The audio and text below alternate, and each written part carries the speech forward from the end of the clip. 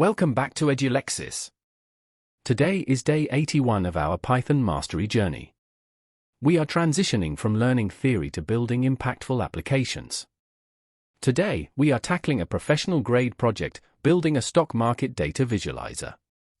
By the end of this session, you will know how to fetch real-world financial data, process it, and create interactive visualizations that tell a story. This skill is vital for data science, finance, and personal portfolio management. Let's get started.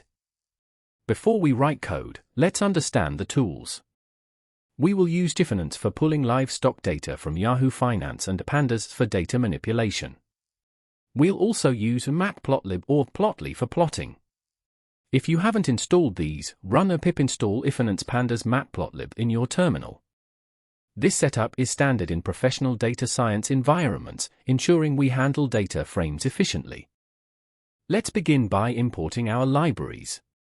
We start by initializing the ticker object in Difference. For instance, using apples for apple. We define the start and end dates. The function history allows us to download the entire dataset for a specific range. It returns a data frame containing open, high, low, close prices, and volume. This is our raw data, the foundation for our visualizer.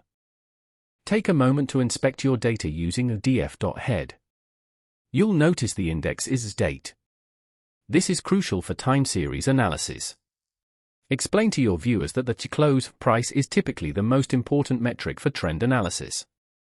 We will filter the columns to just the close prices to simplify our initial plot. Clean data is 80% of the battle in programming. Now, let's visualize the trend. We create a plot object, pass our date index as the x-axis, and close prices as the y-axis. Used plt.title to name your graph and a plt.xlabel and plt.ilabel to label the axes. Adding a grid makes the graph readable. Watching a stock's historical price movement suddenly makes abstract numbers meaningful. Static prices are good, but analysts look for patterns. Let's calculate a 50-day moving average. In Pandas, we use the rolling function with a window of 50. This creates a smooth line that helps identify trends by filtering out short-term volatility. This is a classic technical analysis tool. We plot this line alongside our closing price to show the interaction between price and trend. Matplotlib is great, but let's level up to Plotly for interactivity. With Plotly, your graph becomes hoverable. You can zoom in, pan, and see exact values for specific dates. We define go figure, adding go scatter traces. This makes the visualizer feel like a professional dashboard tool. Your users can now explore the data dynamically, which is a game changer for presentations. A great project needs a clean interface. Let's customize the layout. We update the figure layout to set a dark mode background or add a professional title. Adjusting margins and font sizes ensures the visualization isn't cluttered. We want the user to focus on the trend, not be distracted by poor formatting. Aesthetics are just as important as the underlying math. Volume tells us how strong a price move is. Let's add a second subplot for volume.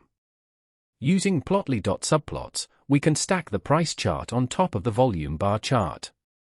Aligning these by date allows us to see if high price moves are supported by high trading volume. This gives a holistic view of the stock's market activity. What if the user enters a wrong ticker symbol? Our program would crash. Let's wrap our data fetching in a try exceptor block. If an error occurs, we print a user-friendly message like ticker not found. This makes our program robust. A real developer anticipates failures, the beginner only codes for success. Let's make it interactive. Use an input function to ask the user for a stock symbol. Wrap the entire logic in a while true loop so the user can search for multiple stocks without restarting the script.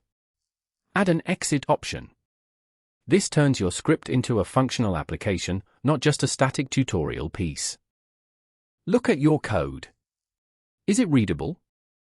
Group the data fetching logic into a function called get_data and the plotting logic into plot_stock. This follows the DRY principle. Don't repeat yourself. Well-organized functions make debugging easier and your code much more professional. Why are we doing this? Data is everywhere, but it's useless without interpretation.